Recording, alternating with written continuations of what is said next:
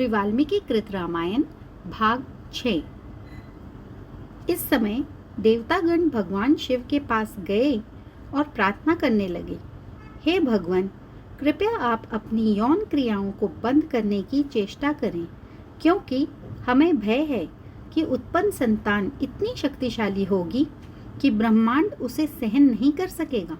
अपितु हमारा आपसे ये नम्र निवेदन है कि आप स्वयं को संयमित रखते हुए ध्यान और तप का अभ्यास करें। भगवान शिव ने कहा, मुझे आपका प्रस्ताव स्वीकार है, क्योंकि वस्तुतः मेरे हृदय का झुकाव आत्म साक्षात्कार की ओर ही है, किंतु चूंकि मेरा वीर्य पहले ही हृदय से उतर चुका है, इसे कहीं ना कहीं तो रखना ही होगा। तब देवताओं ने परामर्श दिया, पृथ्वी बड़े से बड़ा भार भी सहन कर सकती है, उसे ही आपका बीज ग्रहण करने दिया जाए। तत्पश्चात भगवान शिव ने अपना शक्तिशाली वीर्य पृथ्वी को सौंप दिया और वह पृथ्वी की पूरी सतह पर फैलकर पृथ्वी को आवृत करने लगा। ये देखकर देवता पृथ्वी के फट जाने की आशंका से भयभीत हो गए।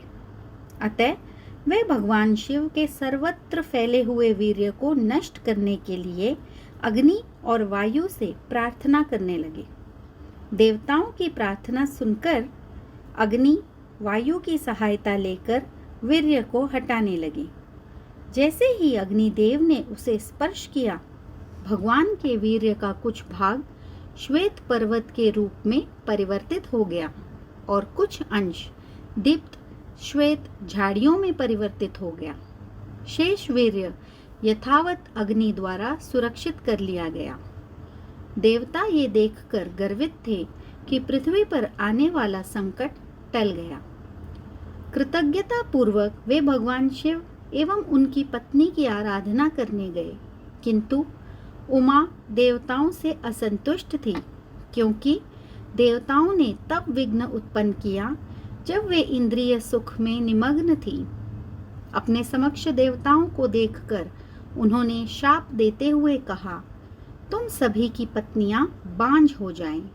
उसी प्रकार पृथ्वी न केवल संतानहीन अपितु असमान सतह वाली तथा अनेक राजाओं द्वारा शासित हो जाए। तत्पश्चात भगवान शिव और पार्वती तपस्या हेतु उत्तरी हिमालय की ओर चल दिए। कुछ समय पश्चात जब असुर देवताओं को सताने लगे, तब देवतागण एक शक्तिशाली सेनापति प्राप्त करने की आशा में भगवान ब्रह्मा के पास गए। देवताओं की प्रार्थना सुनकर भगवान ब्रह्मा ने कहा, पार्वती के शाप के कारण तुम सभी अपने उद्देश्य की पूर्ति के लिए संतान उत्पन्न नहीं कर सकते हो।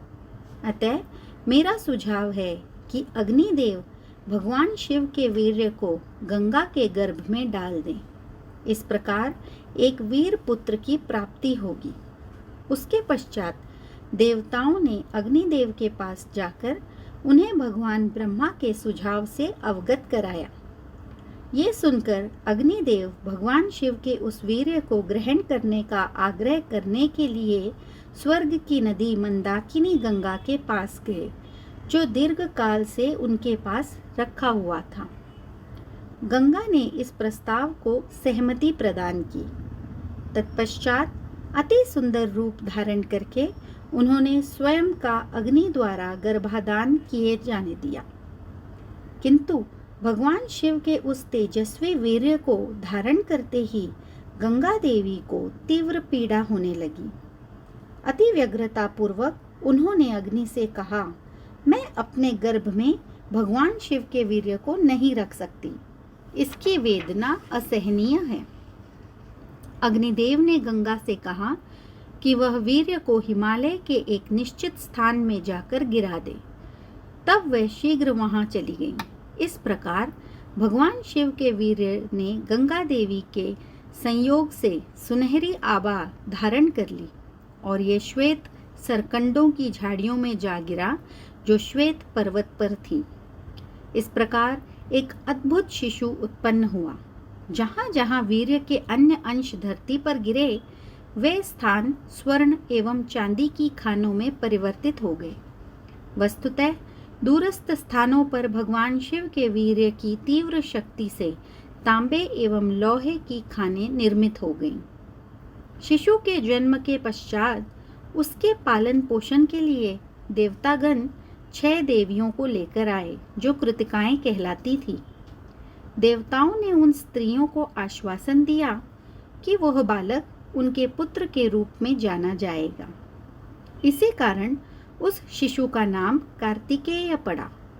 उस बालक को स्कंद भी कहा गया, क्योंकि वो गंगा के गर्भ से गिरा था। चूंकि बालक ने अपने सामने 6 माताओं को देखा, अतः उसने उन सभी का स्तनपान करने हेतु 6 मुंह धारण कर लिए। स्कंद इतना शक्तिशाली था कि जब वह केवल 1 दिन का था, तब देवताओं के मुख्य सेनापति के रूप में उसने अनेक उग्र राक्षसों का वध कर दिया। तब विश्वामित्र ने राम को राजा सगर की कथा सुनाई, जिन्होंने बहुत समय पहले उनकी राजधानी अयोध्या से संपूर्ण विश्व पर शासन किया था। चूंकि महाराज सगर को कोई पुत्र नहीं था, अतएव वे अपनी दोनों पत्नियों को लेकर हिमालय में तपस्या करने चले गए। कुछ समय पश्चात उन्हें भृगु ऋषि से वरदान मिला कि उन्हें एक पत्नी से एक पुत्र होगा, जो वंश वृद्धि करेगा, एवं दूसरी पत्नी से 60,000 पुत्र होंगे। ये सुनकर दोनों रानियों ने भृगु मुनि से पूछा कि किसे एक पुत्र होगा और किसे 60,000 पुत्र होंगे। भृगु मुनि ने बताया कि ये निर्णय वे स्वयं कर लें। इस प्रकार केशिनी ने, जो कि ज्येष्ठ रानी थी, इक्ष्वाकु वंश को बनाए रखने हेतु एक ही पुत्र उत्पन्न करना चाहा। गरुड़ की बहन सुमति ने 60,000 पुत्रों को उत्पन्न करने का वरदान चुना। महाराज सगर घर लौट गए। समय आने पर केशनी को पुत्र हुआ, जिसका नाम असमंजस पड़ा, जबकि सुमति ने मांस के एक पिंड को जन्म दिया, जो तरबूज के सदृश था। शीघ्र ही उस पिंड को खोले जाने पर उसमें से 60,000 भ्रूणीय पुत्र निकले। उन्हें तुरंत ही परिचारिकाओं ने घी के पात्रों में डाल दिया, ताकि उनका पूर्ण विकास हो सके। तत्पश्चात जब वे 60,000 पुत्र बड़े होने लगे, तब उनका क्रूर बड़ा सौतेला भाई असमंजस उन्हें सरयू नदी में फेंक देता और उन्हें डूबते हुए देखकर वो अत्यंत प्रसन्न होता। अपने पुत्र के इस दुराचार से दुखी होकर महाराज सगर ने अंततः असमंजस को अपने राज्य से निष्कासित कर दिया, किंतु असमंजस के पुत्र अंशुमान को अपने पास रख लिया, जिससे सभी स्नेह करते थे। कुछ समय के बाद महाराज सगर ने अश्वमेध यज्ञ प्रारंभ किया और पूरी पृथ्वी का चक्कर लगाने वाले यज्ञ के अश्व की सुरक्षा का भार अंशुमान को सौंपा। किंतु यज्ञ होने के समय राजा इंद्र राक्षस का वेश धारण करके आए एवं यज्ञ क्षेत्र से घोड़ा चुरा कर ले गए। पुरोहित ने किसी भी कीमत पर महाराज सगर को घोड़ा वापस लाने का निवेदन किया। उन्होंने सावधान किया कि यदि यज्ञ अपूर्ण रह गया तो बहुत अमंगल होगा। तब महाराज सगर ने अपने 60,000 पुत्रों में से प्रत्येक को 1 वर्ग योजन भूमि भाग सौंपकर घोड़े को संपूर्ण पृथ्वी पर से ढूंढकर लाने के लिए कहा। उन्होंने आदेश दिया कि यदि घोड़ा कहीं भी नहीं मिले तो वे धरती के नीचे ढूंढें। इस तरह जब महाराज सगर और उनके पौत्र अंशुमान यज्ञशाला में प्रतीक्षा कर रहे थे, तब वे 60,000 राजकुमार पूरी पृथ्वी पर घोड़े की खोज कर रहे थे। जब वे घोड़े को ढूंढने में असफल रहे, उन्होंने पृथ्वी को खोदना आरंभ कर दिया। इससे निम्नतर लोकों के प्राणियों जैसे नागों को कष्ट होने लगा। वस्तुतः पृथ्वी स्वयं अति विचलित हो उठी। ये देखकर देवताओं ने ब्रह्मा से स्थिति को संभालने की प्रार्थना की। भगवान ब्रह्मा ने देवताओं को ये कहकर शांत किया कि चूंकि पृथ्वी भगवान विष्णु की संगिनी है, अतः भगवान कपिल के रूप में सगर के सभी 60,000 पुत्रों को शीघ्र ही समाप्त कर देंगे। भूमि के खोदे जाने पर और इस कार्य में अनेक जीवों के मारे जाने पर भी सगर के पुत्र यज्ञ के घोड़े को ढूंढ नहीं पाए और निराश होकर अपने पिता के पास लौट आए। जब उन 60,000 पुत्रों ने आगे किए जाने वाले प्रयास के विषय में अपने पिता से पूछा, तब राजा ने आज्ञा दी कि जब तक घोड़ा ना मिले भूमि को और अधिक खोदना जारी रखो। सगर के पुत्रों ने पुनः पृथ्वी के चारों भागों की सतह की खुदाई आरंभ की और उन्होंने चारों दिशाओं में पृथ्वी की रक्षा हेतु तैनात 4 महाकाय हाथियों को देखा, जो 4 दिशाओं की रक्षा करते हैं और पृथ्वी को सहारा देते हैं।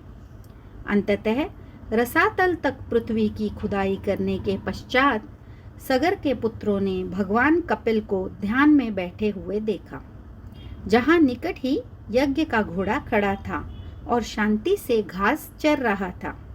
सगर के पुत्रों ने कपिल को चोर समझा, अतः उन्होंने खुदाई में उपयोग किए जा रहे औजारों से कपिल पर प्रहार करने का प्रयत्न किया।